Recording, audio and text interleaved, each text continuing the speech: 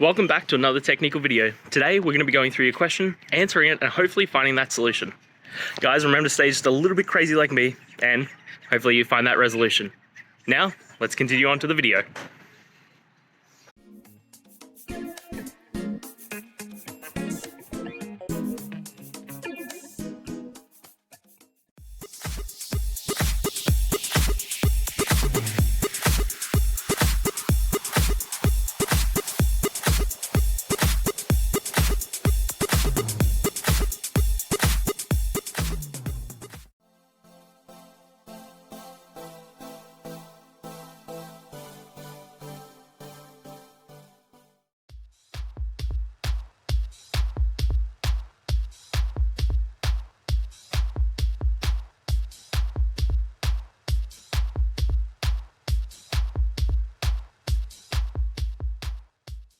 And that's it, guys.